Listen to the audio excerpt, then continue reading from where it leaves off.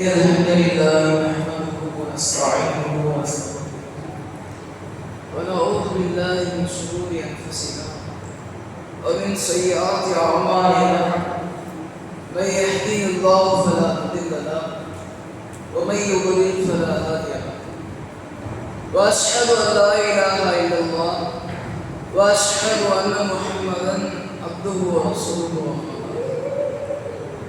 اللهم صل على محمد وعلى ال محمد كما صليت على ابراهيم وعلى ال ابراهيم انك حميد مجيد. اللهم بارك على محمد وعلى ال محمد كما باركت على ابراهيم وعلى ال ابراهيم انك حميد مجيد. يا ايها الناس اتقوا ربكم الذي خلقكم من نفس واحدة وخلق منها زوجها وبث منهما رجالا كثيرا ونساء واتقوا الله الذي تساءلون به والأرحام إن الله كان عليكم رقيبا. رب اشرح لي صدري ويسر لي أمري واحلل عقدة من لساني يفقهوا قولي. ربي زدني علما. إن أصدق الحديث كتاب الله وأحسن الحديث حديث محمد صلى الله عليه وسلم وشر الأمور محدثاتها وكل محدثة بدعة وكل بدعة ضلالة وكل ضلالة في النار. புகழும் புகழ்ச்சியும் அந்தஸ்தும் அதிகாரமும் படைத்த அந்த ஏழை இறைவனின் சாந்தியும் சமாதானமும் உண்டாகட்டுமாக. அவனுடைய அன்பும் அருளும் பாசமும் நேசமும் நம்மை எல்லாம் இருளிலிருந்து வெளிச்சத்தின்பால் அழைத்து வந்த உத்தம தூதர் ஒழுக்க சீரர் முஹம்மது நபி ஸல்லல்லாஹு அலைஹி வஸல்லம் அன்னவர்கள் மீது அன்னலாருடைய சொல் செயல் அங்கீகாரத்தை தன்னுடைய வாழ்க்கையிலே தன்னால் இயன்றவாறு வாழ்வு மறைந்து உத்தம சத்திய சஹாபாக்கள் மீதும் சஹாபிய பெண்மணிகள் மீதும் தாபீன்கள் மீதும் தபா தாபீன்கள் மீதும் இன்னும் குறிப்பாக இந்த சத்திய மார்க்கத்தை நல்ல முறையிலே கற்றுக்கொள்ள வேண்டும் என்ற பேர் ஆர்வத்தோடு இந்த ஜும்மாவுடைய தினத்திலே ஒன்று கொண்டிருக்கக்கூடிய நம் அனைவரின் மீதும் அல்லாஹ்வுடைய சாந்தியும் சமாதானமும் வற்றாத பேரன்பும் பெருந்தலையும் இன்று மட்டுமல்லாமல் என்றென்றும் நின்று விலக வேண்டும் என்று பிரார்த்தனை செய்தமாக எனது இந்த ஜும்மாவுடைய உரையை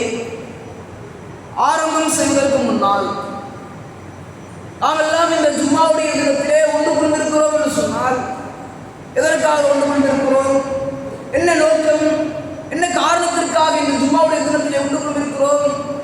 இறைவனுடைய ஆணையிற்கேற்ப இறைவனுடைய கட்டளைக்கேற்ப நாம் எல்லாம் அல்லாஹ்வை நினைவு கூற வேண்டும் என்பதற்காக நம்ம என்ன செஞ்சிருக்கோம், இந்த ஜும்மாவுடைய தினத்திலே ஒன்று கொண்டிருக்கிறோம்.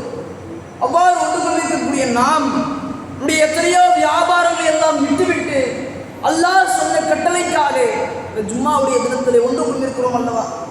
இத்தகைய ஜும்மாவுடைய முழுமையான நன்மையை நாம் முழுமையாக பெற்றுக்கொள்ள வேண்டும் என்று சொன்னால் நாம் என்ன செய்ய வேண்டும், என்ன ஒழுங்குமுறைகளை கையாள வேண்டும் என்று அல்லாஹ்வுடைய தூதர் அவர்கள் மக்களுக்கு மத்தியிலே அவருடைய உரையை என்ன செய்வாங்களாம், மக்களுக்கு மத்தியிலே இத்தகைய ஒழுங்குமுறைகளை பறைசாற்றக்கூடியவர்களாக இருப்பார்கள்.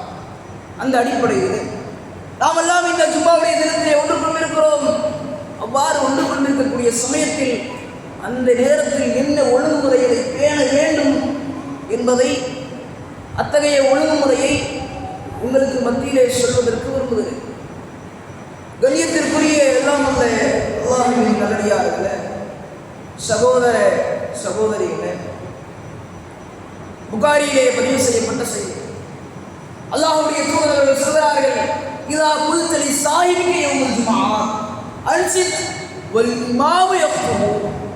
ஜும்மாவுடைய தினத்தில் இமாம் உரையாற்றும் பொழுது ஒரு மனிதர் இருக்கிறார். அந்த மனிதர் தன்னுடைய சகோதரை பார்த்தோ இல்லை அங்கே இருக்கக்கூடிய பிள்ளைகள், அங்கே விளையாடி கொண்டிருக்கக்கூடிய சிறுவர்கள் அவர்களை பார்த்து சொல்கிறார், ஏன்பா விளையாடுறீங்க, விளையாடாதீங்க, பேசாதீங்க என்று இந்த அறிவுரையை, இந்த அழகிய அறிவுரையை என்ன செய்றாரு, இங்க இருக்கக்கூடிய பசங்கள்கிட்ட சொல்றாரு. பேசாதீங்கப்பா, அமைதியா இருங்க என்று சொல்கிறார் என்று சொன்னால், அத்தகைய மனிதரை குறித்து அல்லாஹ்வுடைய தூதர் சொன்ன வார்த்தை என்ன தெரியுமா? அல்லாஹ்வுடைய தூதர் அந்த மனிதரை பார்த்து சொல்கிறார்கள், ஃபகது லகவுத்த, நீ வீணான காரியத்தில் ஈடுபட்டு விட்டாய் என்று அல்லாஹ்வுடைய தூதர்கள் அந்த மனிதரை பார்த்து சொல்லப்படுகிறார். ஜும்மாவுடைய தினத்திலே இத்தகைய அழகிய அறிவுரை சொன்னால் அவருடைய ஜும்மா பாழாகிவிடும் சொன்னார். நான் பேசக்கூட கூடாது, பேசுவது தடுத்தாலே ஜும்மாவுடைய நன்மை பாழாகிவிடும் என்றால் பேசலாமா? பேசக்கூடாது. ஆனால் இன்றைய இளைஞர்கள், இன்றைய சிறுவர்கள் அவருடைய செய்யக்கூடிய காரியம் என்ன? பேசிக்கொண்டு விளையாடிக்கொண்டு இருக்கிறாங்க. தன்னுடைய பிள்ளைகளை என்ன செய்ய, தன்னுடைய மடியில் வைத்து அமுகி வைங்க. என்ன உரை சொல்லப்படுகிறதோ, எந்த உரை உரைக்கப்படுகிறதோ அத்தகைய உரைகளை செவித்தாழ்த்து கேட்டு அதை செயல்படுத்தக்கூடியவர்களாக இருக்க வேண்டும் என்று கூறி எனது ஜும்மாவுடைய உரையை ஆரம்பிக்கிறேன்.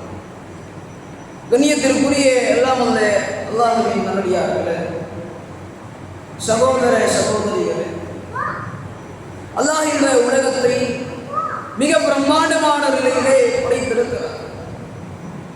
ஆனால் இத்தகைய பிரம்மாண்டத்தை மனிதன் சிந்திக்கிறானா? இந்த உலகத்திலே அல்லாஹ் மனித படைப்பை மட்டும் படைத்தானா என்று பார்த்தால் கிடையாது. மாறாக இந்த உலகத்திலே இறைவன் ஏராளமான படைப்பினங்களை படைத்திருக்கிறார். அவ்வாறு படைத்திருக்கக்கூடிய சமயத்திலே இறைவன் மனித படைப்பினத்தை சிறந்த படைப்பினமாக கருதுகிறார். என்ன காரணம்? எதற்காக மனித படைப்பை சிறந்த படைப்பினம் சொல்ல வேண்டும்? ஏன்னு சொன்னால், இந்த மனித படைப்பினம் என்பது மற்ற படைப்புகளை விட பகுத்தறிவை கொண்ட படைப்பினமாக இருக்கிறது. அதனால்தான் இறைவன் செய்கிறான், இந்த மனித படைப்படத்தை சிறந்த படைப்பினம் சொல்றான். அப்ப மனிதன் இந்த பகுத்தறிவை கொண்டு, இந்த அறிவை கொண்டு இந்த சான்றுகளை எல்லாம் பார்க்கிறான். இறைவன் எதையெல்லாம் கொடுத்திருக்கிறானோ, எதையெல்லாம் படைத்திருக்கிறானோ அத்தகைய சான்றுகள் எல்லாம் பார்க்கிறான். ஆனால் அத்தகைய சான்றுகளை பார்த்து பகுத்தறிவுள்ள அந்த மனிதன் என்ன செய்யறான்? அல்லாஹ் தான் படைத்தான். பூமியாக இருக்கட்டும், வானங்களாக இருக்கட்டும், மலைகளாக இருக்கட்டும், எல்லாம் அல்லாஹ் தான் படைத்தான். வேற யாரும் படைக்கல. மனிதன் படைத்தானா? கிடையாது. அல்லாஹ் தான் அனைத்தையும் படைத்தான் என்று இறைவனுடைய சான்றுகளை பார்த்துவிட்டு என்ன செய்யறான்? இறைவன் ஒருவன் தான், அல்லாஹ்வை தவிர வேறு இறைவன் கிடையாது, அவன் மட்டும்தான் இறைவன் என்று வணங்கி கொண்டிருக்கிறான் என்று கேட்டால் நிச்சயமாக அறவே கிடையாது என்று சொல்லதான் முடியும். இத்தனை கோடி மக்கள் மத்தியில் இருக்காங்க. இந்த உலகத்தில் பார்க்கிறோம், ஏதோ 10,000 பேர் இருக்காங்களா? இந்த உலகம் முழுவதும் மொத்தமே 10,000 பேர் தான் இருக்காங்களா? இல்லை 20,000 பேர், 1,00,000 பேர், 1 கோடி பேர் இப்படிதான் இருக்காங்களா என்று கேட்டால் கிடையாது. இன்றைய உலகத்தில் மக்கள் தொகையுடைய கணக்கு நம்ம கணக்கிடும் பொழுது எத்தனை பேர் இருப்பாங்க என்று கணக்கிடும் சொன்னார், கிட்டத்தட்ட சுமார் 800 கோடிக்கும் மேலாக மக்கள் தொகை இன்றைய உலகத்தில் வாழக்கூடிய மக்கள் தொகையிலிருந்து 800 கோடிக்கும் மேலாக மக்கள் வாழ்ந்து கொண்டிருக்கிறார்கள் என்று அறிவிக்கிறது. இவ்வாறு இருக்கக்கூடிய சமயத்தில் மனிதன் பார்க்கிறான், எல்லா சான்றுகளையும் பார்க்கிறான். அனைத்து சான்றுகளையும் பார்த்து இறைவன் ஒருவன் தான், இறைவனை மட்டும்தான் வணங்க வேண்டும் என்று இருக்கிறானா?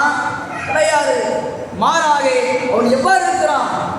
ஒவ்வொரு கொள்கைகளாலும், கோட்பாடுகளாலும், சித்தாந்தங்களாலும் இந்த உலகத்திலே பரவி இருக்கிறான். இப்படி மனிதர்கள் தன்னுடைய சுய அறிவின் மூலமாக, பகுத்தறிவின் மூலமாக சிந்திக்கக்கூடியவர்களாக இருக்கிறார்களா? மற்ற படைப்புகளை விட இறைவன் சிறந்த படைப்பினமாக இந்த மனித படைப்பினத்தை சொல்கிறாரே, அவர்கள் சிறந்து விளங்குகிறார்களா என்று பார்த்தால் அவர்கள் எவ்வாறு விளங்கவில்லை என்று சொல்வதுதான் சரியான உண்மையான பதிலாக இருக்கிறது. அப்போ இது யார் அல்லாஹ்வை வணங்கக்கூடியவனாக இருக்கார்?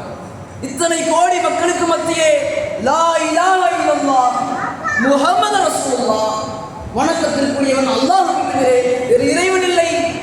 முஹம்மது இருக்கிறார் தெரியுமா?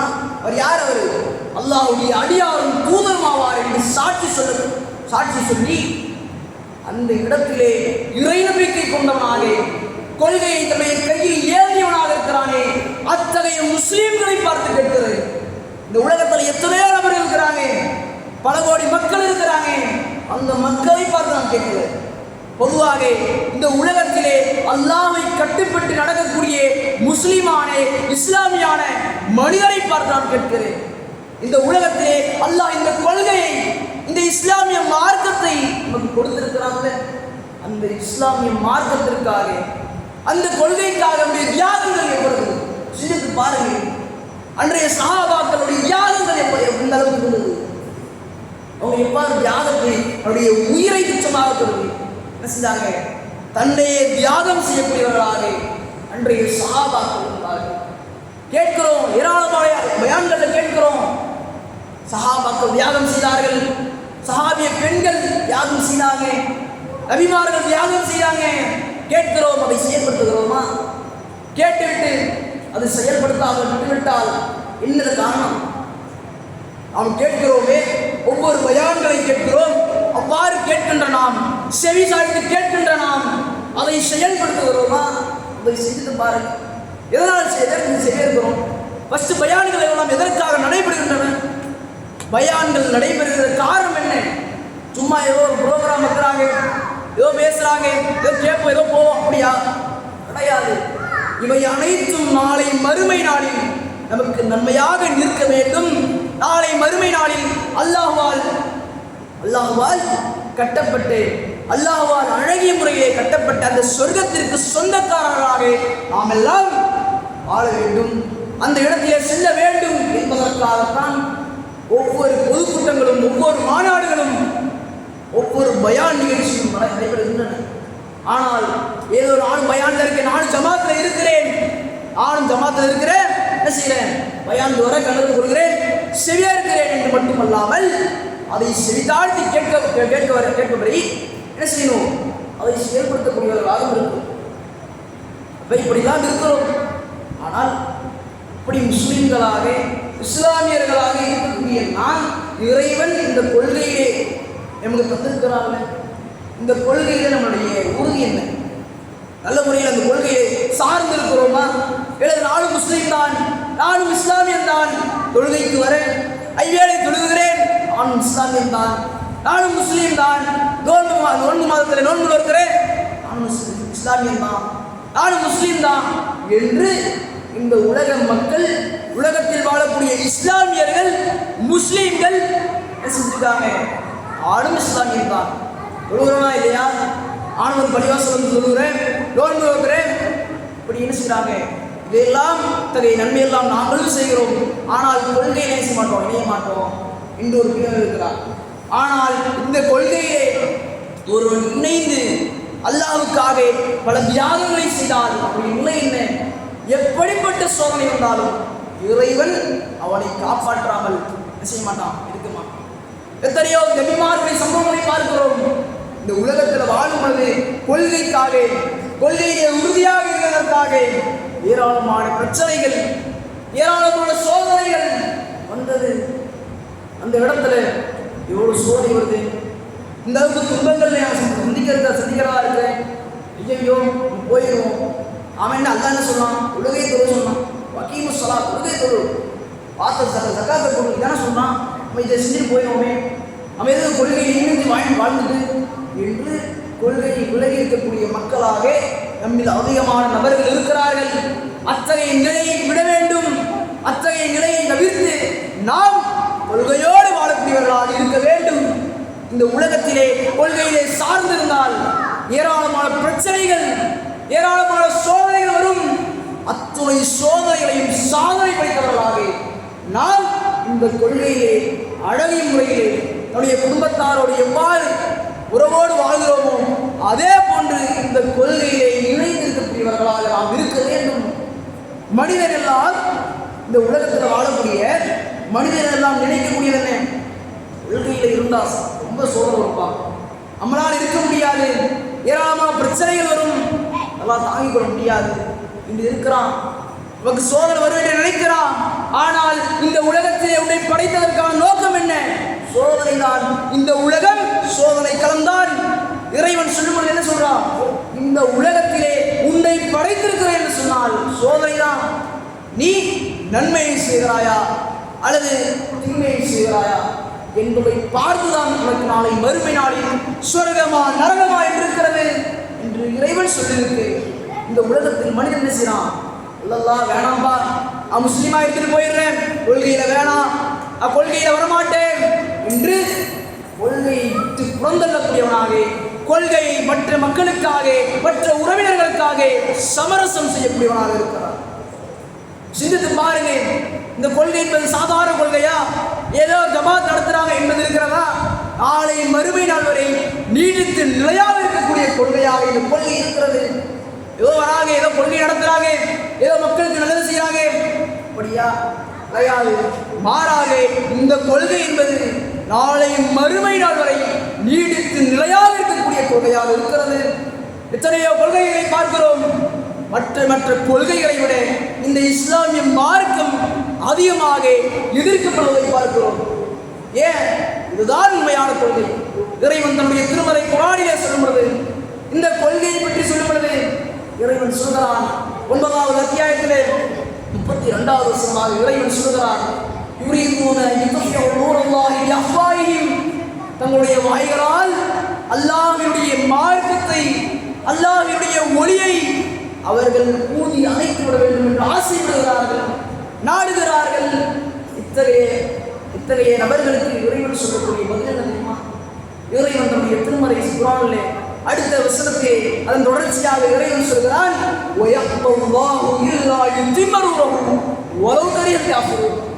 இறைமறுப்பாளர்கள் வெறுத்த பொழுதும் இறைவன் இந்த கொள்கையை, இந்த மார்க்கத்தை முழுமைப்படுத்தாமல் இருக்க போவதில்லை என்று இறைவன் பேசுகிறார். இந்த கொள்கை என்பது சாதாரண கொள்கை இல்லை, ஏதோ ஒரு ஜமாத் என்பது கிடையாது. மாறாக இந்த கொள்கை என்பது நீடித்து நிலையாக இருக்கக்கூடிய கொள்கையாக இருக்கிறது. அத்தகைய கொள்கையெல்லாம் நாம் பயணித்துக் கொண்டிருக்கிறோம். இந்த கொள்கை என்பது எப்படி இருக்கக்கூடாது? சாதாரணமாக ஏதோ ஜமாத் போடுறாங்க என்று இருக்கக்கூடாது. இந்த கொள்கை நல்ல முறையிலே மார்க்கெடுக்க வேண்டும்.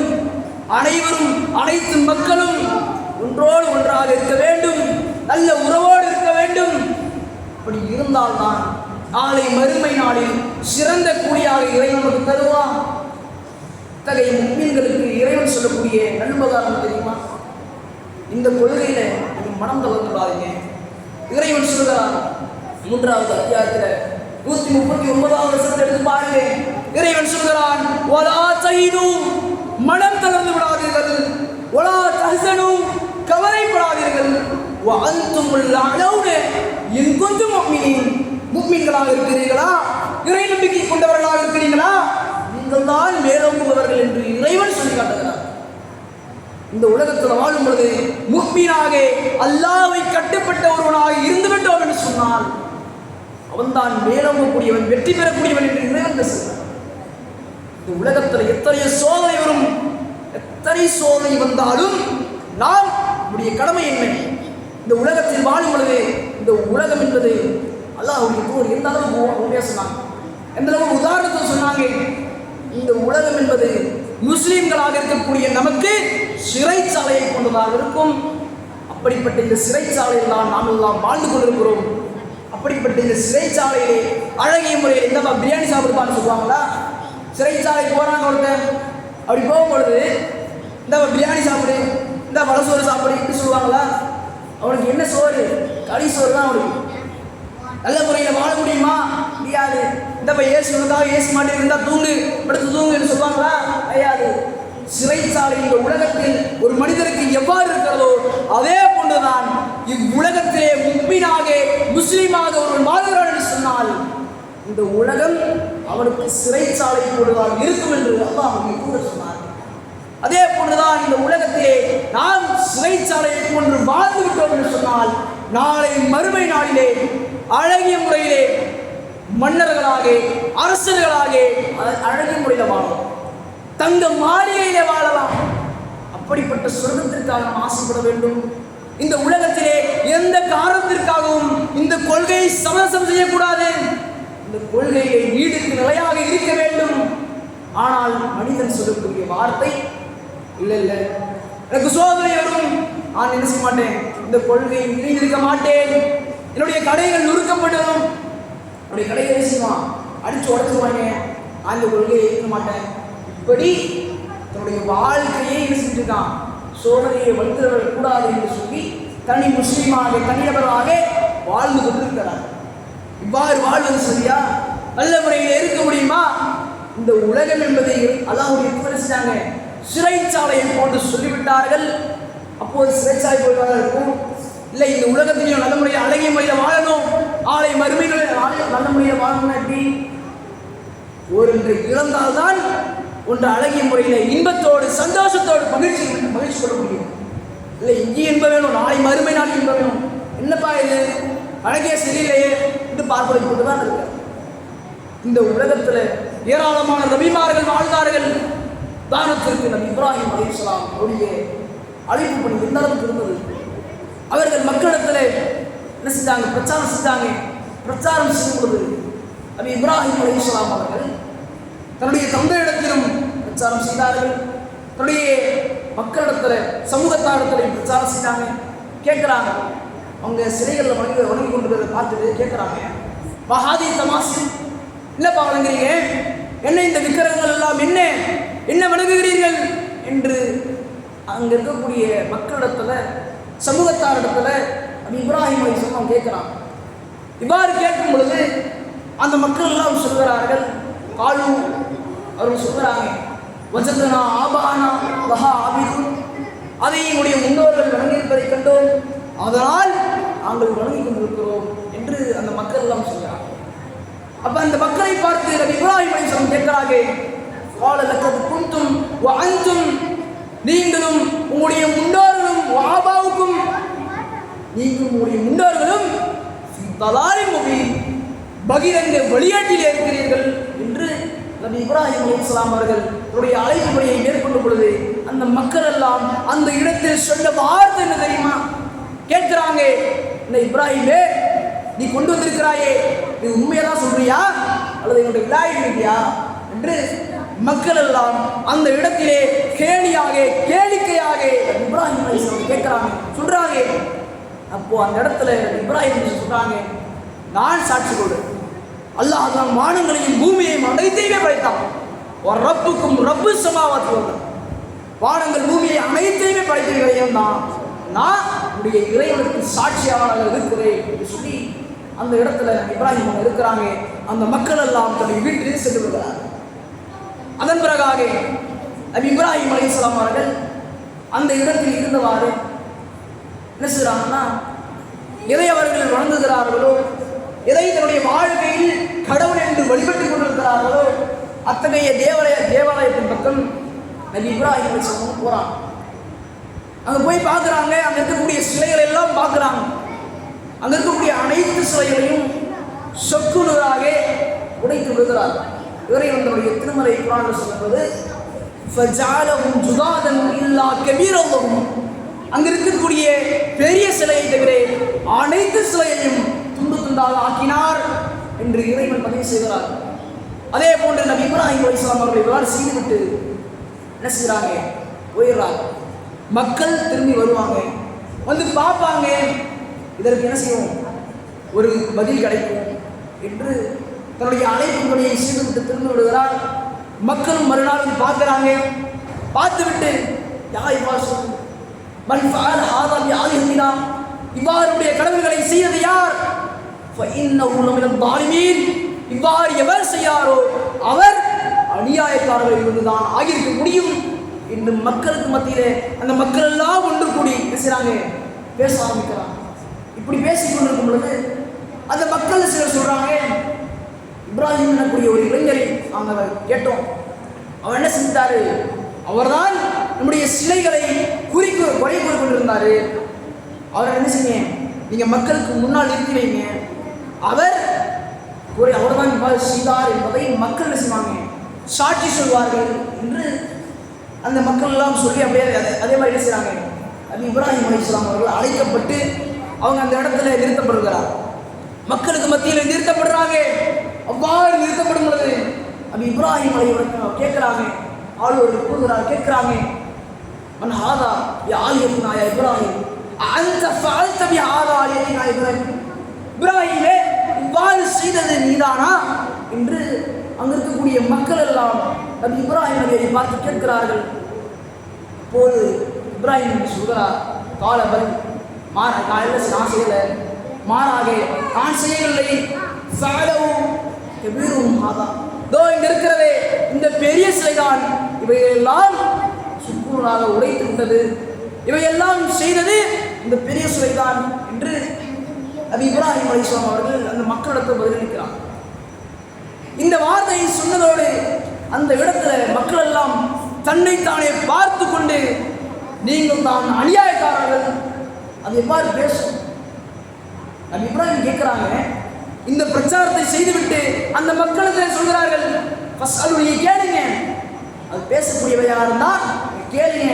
இந்த கேட்டதோடு அந்த மக்கள் எல்லாம் தன்னைத்தானே திரும்பி பார்த்து கொண்டு நீங்கள் தான் அநியாயக்காரங்க, எப்படிப்பா இந்த சிலையெல்லாம் பேசுவோம் என்று அவருடைய வாய்களால் பேசுகிறாங்க. தன்னுடைய சிலைகள் தான் எதை வழங்கி கொண்டிருக்கிறார்களோ அதை பேசாது என்று அந்த இடத்திலே அவர்களே பார்த்து கொண்டு அநியாயக்காரன் சொல்கிறார். அந்த நேரத்திலே நபி இப்ராஹிம் அவர்கள் கேட்கிறார்கள், அல்லாஹ்வை விடுத்துவிட்டு நீங்கள் யாரை வணங்கி கொண்டீர்களோ? கேவலமாப்பா, யார் எதற்காக வணங்குறீங்க? நாளா என்ஃபோக்கும் செய்யா, எந்த ஒன்றுமே பயணிக்காதே, வலா எதிர்க்கும் எந்த ஒரு தீங்கும் விளைக்காதே அந்த சிலைகளை ஏன் வணங்குகிறீர்கள்? உஃபில்லக்கும் வலிமத் அபுதூனும் இந்தூனில்லா, உங்களுக்கும் நீங்கள் எதை வணங்கி கொண்டிருக்கிறீர்களோ அத்தனைவற்றுக்கும் கேவலம்தான், அசிங்கம்தான். அஃபலா தாக்கிலூன், நீங்க சிந்திக்க மாட்டீங்களா என்று அந்த மக்களை பார்த்து நபி இப்ராஹிம் அலைஹிஸ்ஸலாம் அவர்கள் கேட்டுக் கொண்டிருக்கிறார். இப்படி கேட்டதோடு அங்கு இருக்கக்கூடிய மக்கள் எல்லாம் சூழ்ச்சி செய்தவர்களாக அந்த இடத்தில் நபி இப்ராஹிம் அலைஹிஸ்ஸலாம் அவர்களை கொன்றுவிட வேண்டும் என்று பேசுகிறாங்க. அந்த இடத்துல ஒன்று கொண்டிருக்கக்கூடிய மக்கள் எல்லாம் பிளான் போடுறாங்க, ஆலோசனை செய்கிறாங்க, பிளான் போடுறாங்க. அதன் பிறகாக நபி இப்ராஹிம் அலைஹிஸ்ஸலாம் அவர்களை அந்த மக்கள் சொன்ன வார்த்தை, ஹர்ரிகூஹு ஆலிஹத்தக்கும், உங்களுடைய கடவுளுக்கு உதவி செய்து அவரை நெருப்பு குண்டத்திலே தூக்கி வீசிவிடுங்கள் என்று அந்த மக்கள் சொல்கிறார்கள். அதே போன்று நபி இப்ராஹிம் அலைஹிஸ்ஸலாம் அவர்கள் நெருப்பு குண்டத்திலே தூக்கி வீசப்படுகிறார்கள். எந்த நெருப்பு நபி இப்ராஹிம் அலைஹிஸ்ஸலாம் அவர்களை எந்த நெருப்பு நபி இப்ராஹிம் அலைஹிஸ்ஸலாம் அவர்களை தொடர்ந்து முற்படுத்தியதோ அத்தகைய நெருப்புக்கு இறைவன் சொன்ன கட்டளை என்ன தெரியுமா? யா நார், நெருப்பே, கூனி பர்தன் சலாமனா இப்ராஹிம், இப்ராஹிம் மீது, இப்ராஹிம் அலைஹிஸ்ஸலாம் இருக்கிறாங்களே அவர்கள் மீது இருக்கக்கூடிய அந்த நெருப்பே, நீ குளிர்ச்சியாக இதமாக மாறிவிடு என்று அந்த இடத்திலே அந்த நெருப்புக்கு பார்த்து இறைவன் கட்டளையிடுகிறான். அதே போன்று அந்த நெருப்பு அந்த இடத்தில் நபி இப்ராஹிம் அலைஹிஸ்ஸலாம் அவர்களுக்கு குளிர்ச்சியாக அழகிய முறையில் ஒரு பாதுகாப்பாக மாறிவிடுகிறார். இந்த இடத்திலே இந்த சம்பவத்திலே நாம் கவனித்தது என்ன, நாம் படிப்பினை பெற்றது என்ன? நபி இப்ராஹிம் அலைஹிஸ்ஸலாம் அவர்கள் தன்னுடைய மரணத்தை அடைய போகிறார் என்பது அவருக்கு தெரியும். இவர்கள் இத்தகைய சூழ்ச்சிக்கு உள்ளாக்குவார்கள் அவருக்கு தெரியும். இறுதியில அந்த சூழ்ச்சியை அவர்கள் செலுத்தினார்கள், அந்த நெருப்பு குண்டத்திலே அவர்கள் போடலானார்கள். இருந்தாலும் அந்த இடத்தில் நபி இப்ராஹிம் அலைஹிஸ்ஸலாம் அவர்கள் இந்த உலகத்தை துச்சமாக கருதியவர்களாக, இறைவனுடைய கொள்கையை உறுதி கொண்டவர்களாக, அல்லாஹ்வை சார்ந்திருந்தவர்களாக அந்த இடத்தில் அந்த நெருப்பிட போடுமாறு இறைவன் காப்பாற்றுவான் என்ற ஒரு உறுதி கோட்பாட்டை தன்னுடைய கையில் வைத்திருந்தார்கள், நம்பிக்கை வைத்திருந்தார்கள். அதே போன்று நபி இப்ராஹிம் அலைஹிஸ்ஸலாம் அவர்களை இறைவன் காப்பாற்றினார். இந்த உலகத்தை பார்க்கிறோம், இத்தனை சம்பவங்கள் எல்லாம் கேட்ட பிறகும் நம்முடைய நிலை என்ன? நாம் எவ்வாறு இருக்க போகிறோம்? இதன் பிறகும் அதே போன்று எனக்கு துன்பம் வரும், எனக்கு சோதனை வரும், நான் இந்த கொள்கையை விட்டு நினைச்சினேன் விலகிதான் இருப்பேன் என்று சொன்னால் நம்முடைய நிலை என்ன? சிந்தித்து பாருங்க. இத்தனை பயான்களை செய்யட்ட பிறகும் நம்முடைய நிலை இவ்வாறுதான் இருக்கிறது என்று சொன்னால் இறைவன் இதற்கான கேள்வியே பேசினான், நாளை மறுநாளில் கேட்பான். அத்தகைய கேள்விக்கு நாம் உட்படாமல் ஆழ்படுத்தாமல் இருக்க வேண்டும் என்று சொன்னால் இந்த உலகத்திலே நாம் அல்லாஹ்வுடைய மார்க்கத்திலே உறுதி கொண்டவர்களாக இருக்க வேண்டும் என்று கூறி எனது முதல் உரையை முடித்துக் கொள்கிறேன்.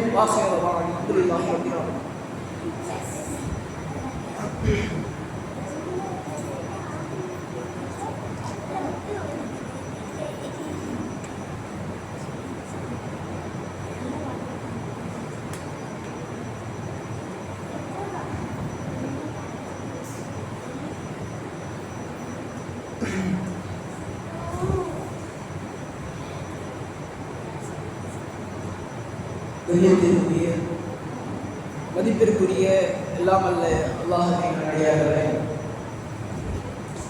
சகோதர சகோதரிகளே, நாமெல்லாம் ஜும்மாவுடைய முதல் உரையிலே நாம் இந்த உலகத்தில் வாழ்ந்து கொண்டிருக்கக்கூடிய வேளையில் அல்லாஹ்வுடைய மார்க்கத்திலே உறுதியாக இருக்க வேண்டும். எந்த நேரத்திலும் எந்த உறவுக்காகவும் எந்த ஒரு குடும்பத்திற்காகவும் நாம் நம்முடைய கொள்கையை சமரசம் செய்துவிடக்கூடாது என்ற சில அறிவுரைகளை எல்லாம் பார்க்கிறோம். அதே போன்று இந்த உலகத்திலே வாழக்கூடிய சமயத்திலே ஆரம்ப கட்டத்திலே இந்த கொள்கைக்காக முன்வந்தார்கள், இந்த கொள்கைக்காக தியாகம் செய்வதற்கு முன்வந்தார்கள். ஆனால் அத்தகைய தியாக செம்பல்களை போல் பார்க்க முடிகிறதா என்று பார்த்தால் அல்லாஹ் நாடியவர்களை தவிர மற்ற மனிதர்கள் அதே போன்றுதான்.